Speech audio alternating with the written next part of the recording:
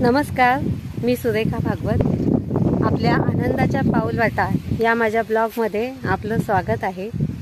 आज मी आपणास दाखवणार आहे की आपलं त्या अगोदर मला आनंदाच्या पाऊलवाटा याविषयी सांगायचं आहे की आनंदाच्या पाऊलवाटा हे नाव मी का दिलं आहे। तर ते यासाठी की आपल्या जुन्या आठवणी, आपले जुने संस्कार किंवा आपल्या जुन्या आवडीनिवडी, आपले जुने ह्या सगळ्या याच्यासाठी त्यात आपला एक आनंद साठलेला असतो। आपली जुनी माणसं, आपल्या जुन्या पायवाटा, आपलं जुनं घर, आपली जुनी वळणं, या सगळ्यांमध्ये एक वेगळाच आनंद साठलेला असतो। तर तो आनंद आपण फिरून फिरून शहराकडून इकडे धाव घेतो आणि तो शोधत असतो आणि ह्याच त्या आनंदाच्या पायवाटा। इथे आलं की फार छान वाटतं, म्हणून माझ्या या ब्लॉगला मी आनंदाच्या पायवाटा हे नाव दिलं आहे।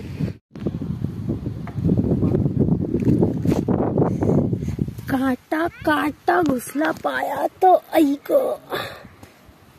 काटे देवा। हा पहा किती सुंदर संध्याकाळच्या वेळचा दृश्य आहे आणि सूर्य पहा किती सुंदर आहे, सोनेरी। आणि अशा याच्यात म्हटलं आपण तुम्हाला शेत दाखवूया। ही साडी पहा, ही साडी अशी काट्यामध्ये फसलेली आहे, कधी निघणार? हा, निघाली।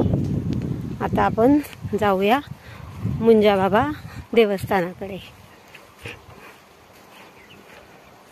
हा हा,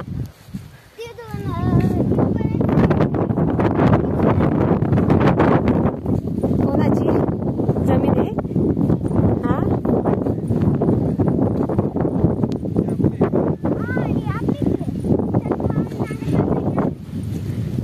ही आहे ना, हा बॉर्डर आहे। हा आपला शेतातला देव जो आहे, हा, मुंजाबा म्हणतात। मी धरू का? हे झाड 100 वर्षापूर्वीचं असलं पाहिजे, हा, कमीत कमी।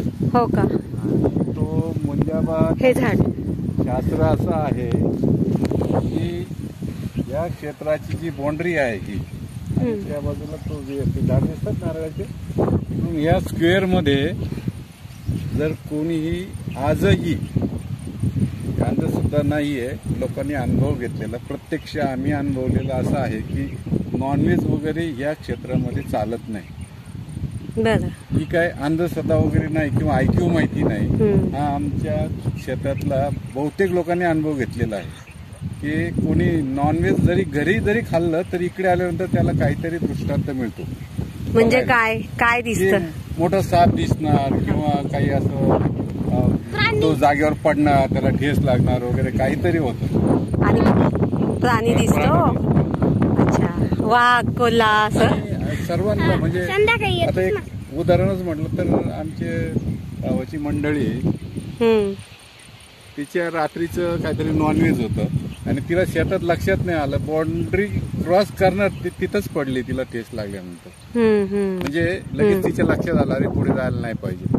म्हणजे एवढं आपण जरी म्हटलं देव आहे किंवा नाही, देव हा प्रत्यक्ष दिसत नाही, परंतु तो अनुभवायला मिळतो। त्याचं जे आपण म्हणतो शास्त्र, किती काही म्हटलं तरी इथे आजही तो अनुभवला येतो। जर कोणी याच्या समजा म्हटलं की नाही हे काही कदाचित ऐकीव माहिती असेल, तर असं काही नाही, आजही आपल्याला त्याचा दृष्टांत मिळतो। अच्छा, म्हणजे नेहमी ते आपल्याला अनुभव येतात, नाही का? आणि हे बरेचशा खूप लोकांना येतात।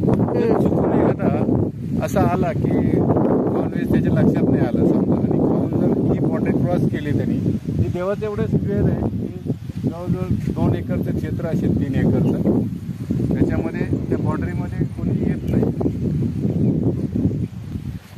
याला काय म्हणतात ह्या क्षेत्राला? ही वेरीवाली वाटली आपली आहे।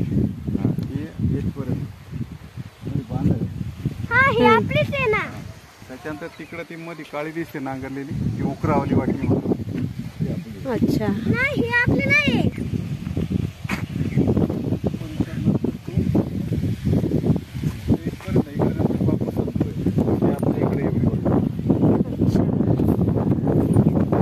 वाढवड ही का? पाटवडिलांची जुनी इस्टेट आहे.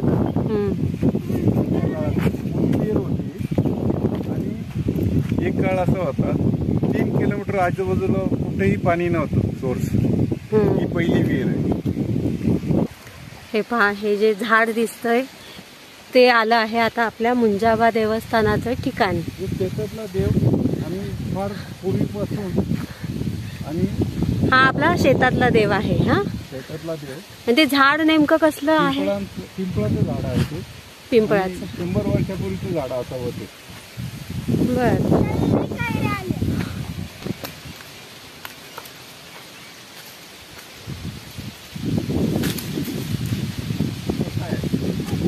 ससा गेला का? पळाला?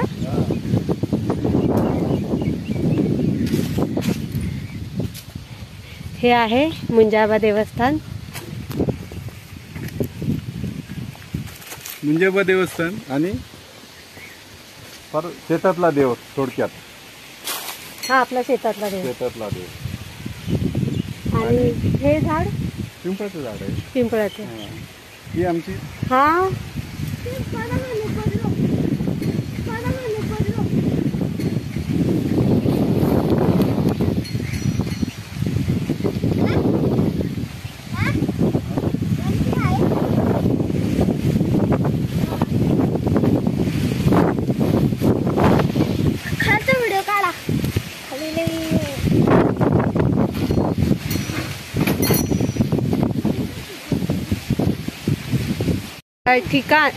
हे ठिकाण दाखवण्यामागचा उद्देश असा आहे की ह्या ज्या जुन्या आठवणी आहेत आणि जुन्या परंपरा आहेत त्या आता कुठेतरी लोप पावत चालल्या आहेत आणि येणाऱ्या नवीन पिढीला आता हे अंधश्रद्धा वाटते किंवा त्यांना इतकं त्याची आवड राहिली नाही. मग हे कुठून तरी लोप पाहू नये, ते आपलं आहे. ह्या आपल्या शेतातल्या वाटा आहेत. हे मागे हो त्याला पण पुढे नको जाऊ. ह्या आपल्या शेतातल्या वाटा आहेत आणि ह्या आपल्या विहिरी आहे. हे आपल्या शेतातले देव आहेत. हे कुठेतरी त्याची माहिती राहावी म्हणून त्यासाठी हा व्हिडिओ बनवण्याचा मी छोटासा प्रयत्न करत आहे आणि नक्कीच तुम्हाला हा प्रयत्न आवडेल.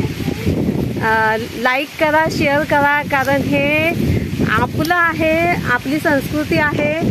आपल्या वाडवडिलांनी घालून दिलेले जुने पायंडे आहेत, ते लोप पाहू नये असं आता मनापासून वाटतंय, नाही का हो? आणि शेतातला देव, शेतातलं रक्षण, आपलं शेतकऱ्याचं रक्षण सर्व काही या देवावर श्रद्धा असल्यामुळेच होतं. कुठल्याही याच्या संकटापासून त्याला सुरक्षित वाटतं म्हणून तो देवावर विश्वास ठेवतो आणि त्या विश्वास हमखास त्याला त्याचा लाभ मिळतो. त्या परिसरामध्ये चालत नाही. आणि जर तसं. नमस्कार, मी सुरेखा भागवत. आम्ही आलो आहोत आमच्या शेतामध्ये आणि आज तुम्हाला मी दाखवणार आहे आमच्या शेतातलं देवाचं देवस्थान मुंजाबाबा म्हणून. तर या देवाची माहिती माझे मिस्टर म्हणजे आमचे आहो हे तुम्हाला उत्तम प्रकारे सांगतील. आता जो आपण मुंजाबाबा देव पाहिला तर तो ओढ्यामध्ये होता ना, ओढ्याच्या कडेला आहे ना ते मंदिर. बरं, तो त्या ओढ्याची माहिती द्या ना. ओढा म्हणजे तो एक पाऊलवाट होती, जो मधून बाजूला गाव आहे दुसरं ना. अच्छा.